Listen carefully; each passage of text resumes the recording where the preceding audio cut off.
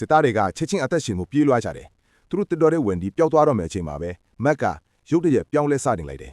နောက်တစ်စက္ကန့်အတွင်းမှာပဲမီဆိုင်ဒါဇင်ပေါင်းများစွာတပြိုင်နက်ပစ်ထုတ်လိုက်တယ်မီဆိုင်တွေကလူအုပ်ထဲကိုတိုက်ရိုက်တိုက်ခိုက်ဝင်ရောက်လာတယ်စစ်သားအချို့ကမြန်ဆန်တဲ့လှုပ်ရှားမှုနဲ့ရှောင်နိုင်ခဲ့ပေမဲ့တချို့ကတော့တိုက်ရိုက်ထိခိုက်ဒဏ်ရာရသွားကြတယ်ဂျက်ကသူ့မိတ်ဆွေတယောက်ဒဏ်ရာရထားတာကိုမြင်လိုက်တာနဲ့ချက်ချင်းအခြားစစ်သားတယောက်ကိုခေါ်လိုက်တယ်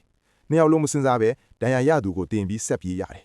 သူတို့တစ်တော်အတွင်းနက်နက်ရှိုင်းရှိုင်းဝင်သွားတာကိုမြင်လိုက်တဲ့မက်ကလိုက်ဖမ်းခြင်းကိုရပ်လိုက်တယ်အလွန်ကြီးမားတဲ့ဈေးနှုန်းပေးပြီးတော့စစ်သားတွေကတောင်တင်းတစ်ခုစီရောက်နိုင်ခဲ့ကြတယ်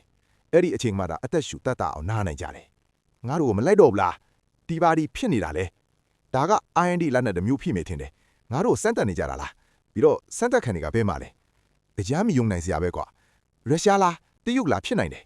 ရုရှားတွေမှာဒီလိုနီးပညာအတွက်ဘတ်ဂျက်မရှိဘူးတရုတ်တွေကတော့ငါတို့ပဲကူးယူတာပဲဂျက်ကဒဏ်ရာရထားတဲ့စစ်သားကိုစစ်ဆေးလိုက်ပြီးသူအချင်းကြကြမခံနိုင်တော့ဘူးဆိုတာနားလေလိုက်တယ်ဒါကြောင့်အနီးနားရှိစခန်းတစ်ခုကိုတွားဖို့ဆုံးဖြတ်လိုက်တယ်ဒါပေမဲ့လမ်းမှာနောက်ထပ်ပြဿနာတစ်ခုနဲ့ရင်ဆိုင်ရတယ်ရေပြင်းထန်တဲ့မြေတစင်းကလမ်းကိုတားထားတယ်ဟေးခဏလေးဒီကိုဘလို့ဖြတ်မလဲကျိုးကိုယူပါဇစ်လိုင်းတစ်ခုလုံးမယ်ငါအပေါ်ဘက်ကခုံမယ်ရေလိုင်းကငါ့ကိုဆွဲသွားမယ်မင်းတို့ကျိုးကိုလျော့ထားတင်းသွားရင်ရေရောက်ထဲဆွဲသွားလိမ့်မယ်နားကြလားတတိထားနော်ရေကအရန်အေးမယ်ဂျက်ကကျိုးကိုခါမှချိပြီးမစင်စားမဲ့ရေသေးကိုတိုက်လိုက်ခုံချလိုက်တယ်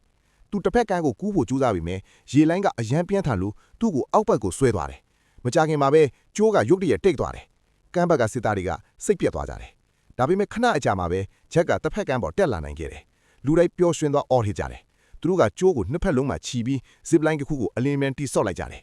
စစ်သားတယောက်ကဒဏ်ရာရသူကိုတင်ပြီးချက်ချင်းဖြတ်တန်းဆော့တင်လိုက်တယ်ဒါပေမဲ့သူတို့မြစ်အလျာကိုရောက်တဲ့အချိန်မှာပဲမက်ကပြန်လဲပေါ်လောက်လိုက်တယ်